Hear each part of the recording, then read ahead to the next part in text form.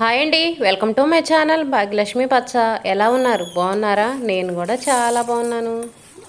చలి బాగా ఎక్కువగా ఉందండి. నైట్ అయితే అసలు ఎంత చలిగా ఉందో.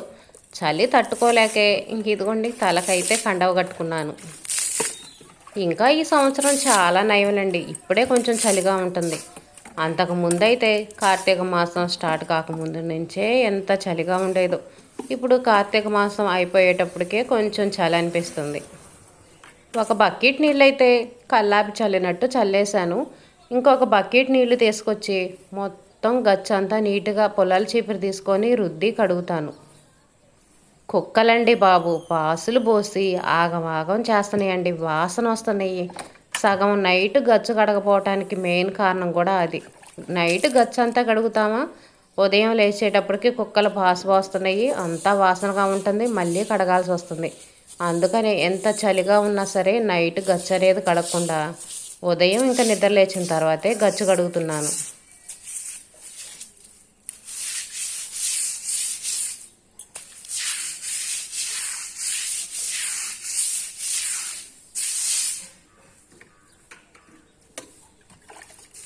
పుల్లల చీపురు కొత్తది తీసుకొచ్చానుగా, ఇంకా కొత్త వస్తువు వచ్చినప్పుడు బండ్ల కడగటానికి కానీ ఊడవటానికి కానీ భలే సంతోషంగా అనిపించిద్దండి. చీపురు కొత్తది కదా, కడగాలన్నా ఊడవాలన్నా కూడా పని అనేది చాలా తేలిగ్గా ఉండిద్ది.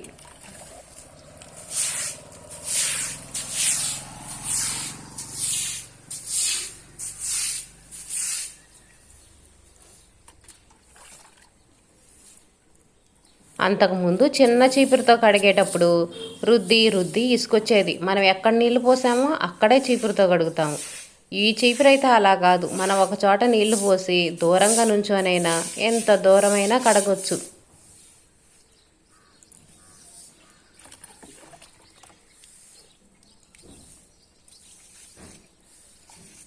ఇక్కడ స్తంభం ఉంది చూడండి, ఆ స్తంభం కాడ మాత్రం కుక్కలు రోజు పాసు పోస్తాయి. ఇక్కడ మెట్లు ఉండవు కదా, ఈ మెట్లు చివరన ముగ్గేసే దగ్గర పాసు పోస్తాయి. రోజు మార్చి రోజు డైలీ ఇలా పాసు పోస్తానే ఉంటాయి.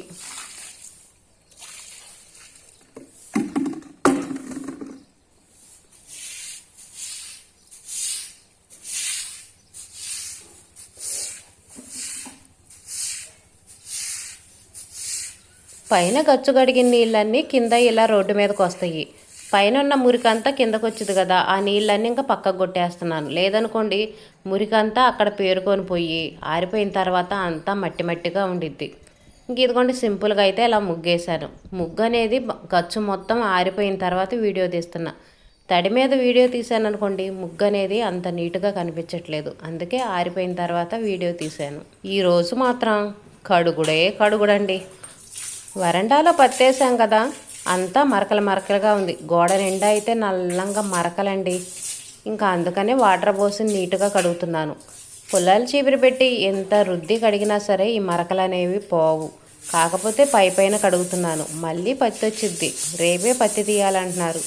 ఇంకా ఈలోపు మళ్ళీ మనం కష్టపడి రుద్ది రుద్ది కడగటం ఎందుకు? మళ్ళీ పత్తి వేసినప్పుడు ఎలాగో మళ్ళీ మరకలు పడతానే ఉంటుంది.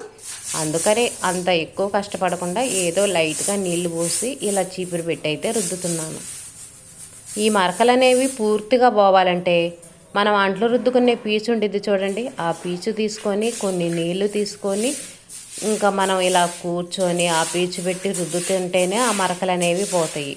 మరకలు ఎంత నీట్గా పోతాయో పెయింట్ కూడా పోయిద్ది. అందుకనే ఇన్నిసార్లు కడగటం ఎందుకులే అని ఇంకా లాస్ట్లో పత్తి అయిపోయిన తర్వాత మొత్తం నీట్గా ఇంకా అంట్లు రుద్దుకునే పీచు ఉండిద్ది చూడండి, ఆ పీచు పెట్టేసి అయితే నీట్గా రుద్ది కడగాలి.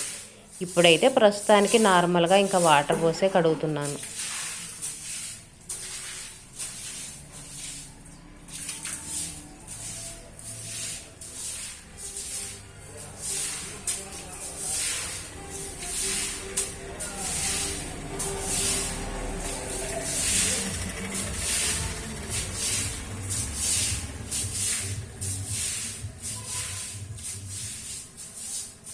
బండ్లో ఇలా నీళ్లు పోసి కడిగితేనే చాలా నీటుగా ఉంటాయి.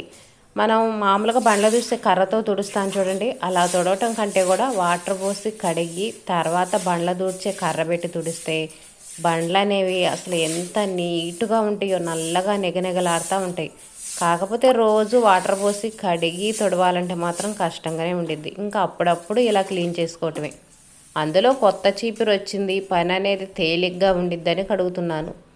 పత్తి తీసుకోవడం 2 రోజులు అవుతుందండి. కాకపోతే చీపురు లేదు. చిన్న చీపురుతో కడగాలంటే ఇంకా మామూలుగా ఉండదు.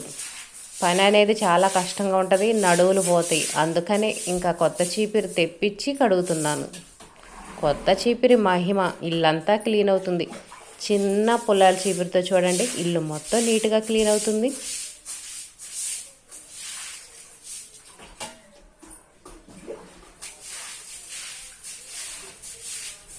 ఇంటికి ఇటువైపునేమో కొంచెం పెద్ద గొంతు ఉంది, ఇంటికి అటువైపునేమో చిన్న గొంతులాగుంది. ఆ గొంతులో కూడా వాటర్ పోసి కడిగాను. కాకపోతే మనం ఒక్క మనిషిని పట్టడమే ఆ గొంతులో కష్టంగా ఉంటుంది.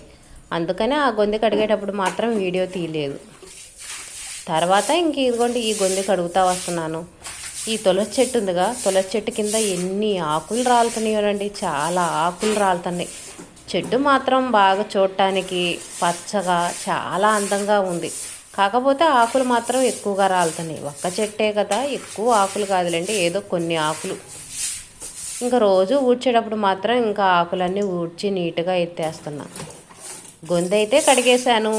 ఇంక ఇప్పుడు ఇదిగోండి ఇందాక బయట వరండా కడిగాను కదా, వరండా కింద ప్లేస్ ఇది.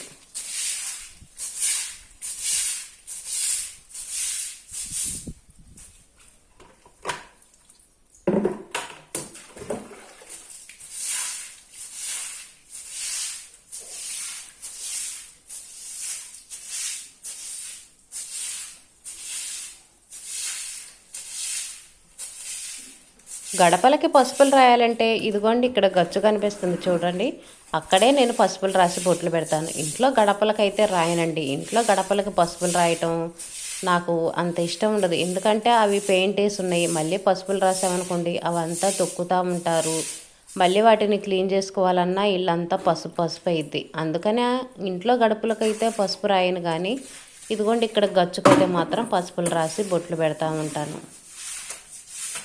గొంతులు కడిగిన నీళ్ళన్నీ ఇంక ఇదిగోండి గాబు దగ్గరకు వచ్చేస్తాయి. అందుకనే ముందు గొంతు కడిగిన తర్వాతే ఈ వరండా కడిగాను.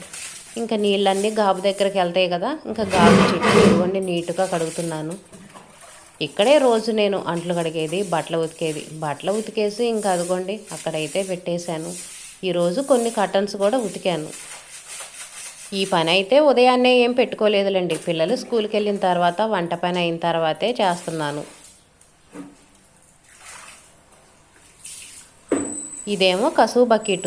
ఇంకా కసువు కూడా పోసాను. ఇప్పుడు కసువు బండి వస్తుందిగా ఊళ్ళోకి, కసువు పోసేసి బకెట్ అలాగే ఉంచాను కడగొచ్చులే అని. అడుగునంతా పేరుకొని ఉండిద్దండి. ఒక్కోసారి కవర్ వేసినా సరే అడుగునంతా నెమ్మగా మొత్తం అడుగు అంతా పేరుకొని ఉండిద్ది. అందుకని కసువు పారిపోసినప్పుడల్లా కసువు బకెట్ కూడా నీట్గా కడుగుతాను.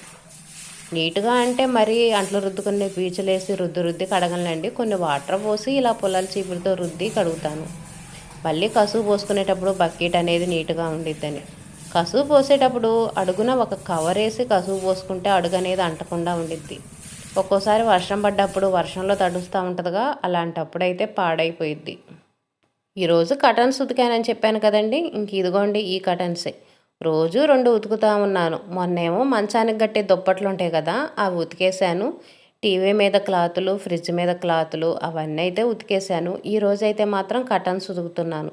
బయట వరండాలో ఉండే కటన్లు అవన్నీ తీసాము, పత్తేసేటప్పుడు అడ్డంగా ఉంటాయిలే అని. ఇంకా అవి మళ్ళీ పత్తి అంతా అయిపోయిన తర్వాత కటన్స్ చేస్తాను కదా, అప్పుడు ఉతుకుతాను. బయట వరండాలో కటన్ అయితే చినిగిపోయిందండి. ఇంకా అదైతే తీసి పడేయటమే. ఇంకా మళ్ళీ కొత్తది తీసుకొని కుట్టించుకోవాలి. ఎండకి ఎండి వానకు తడిచి కటన్ అనేది చినిగిపోతుంది. ఎండకి ఎండినా వానకు తడిచిన కటన్ అనేది త్వరగా చినక్కుండా ఉండాలంటే ఏ క్లాత్ తీసుకుంటే బాగుంటుందో మీకు తెలిస్తే కామెంట్లో చెప్పండి. నేనైతే అంతకుముందు కాటన్ది తీసుకున్నాను. కాటన్ది 1 సంవత్సరానికే చీకుబట్టిపోయి చినిగిపోయిందండి. కటన్ కొని కుట్టించడానికి చాలా డబ్బులైనాయి, కానీ 2 సంవత్సరాలు కూడా వచ్చిందో రాలేదో త్వరగానే చినిగిపోయింది. ఈసారి మాత్రం మంచి క్లాత్, త్వరగా చినక్కుండా ఉండే క్లాత్ తీసుకోవాలనుకుంటున్నాను. కటన్స్ కూడా ఇంట్లో ఎక్కువేమి లేవులేండి, 2 3 ఉన్నాయి. ఇంకా అవన్నీ తీసేసి సరిపేసి నానబెట్టి ఉతికేశాను. ఈరోజు వంట అయితేనేమో ఇంక ఇదిగోండి బంగాళదుంప ఫ్రై చేశాను. కూర అయితే ఇంకా టిఫిన్ ఏమో ఇడ్లీ అండి. ఇడ్లీ ఇంకా నవీన్‌కి అన్నం కావాలి కదా! ఒక పొయ్యి మీద అన్నం అయితే పెట్టేశాను. పిల్లలేమో బంగాళదుంప ఫ్రై చేసిన రోజు ఇష్టంగా తింటారు. ఇంట్లో పెద్దవాళ్ళేమో బంగాళదుంప ఫ్రై చేస్తేనేమో మాకు గ్యాస్ ప్రాబ్లమ్ మేము తినమంటారు.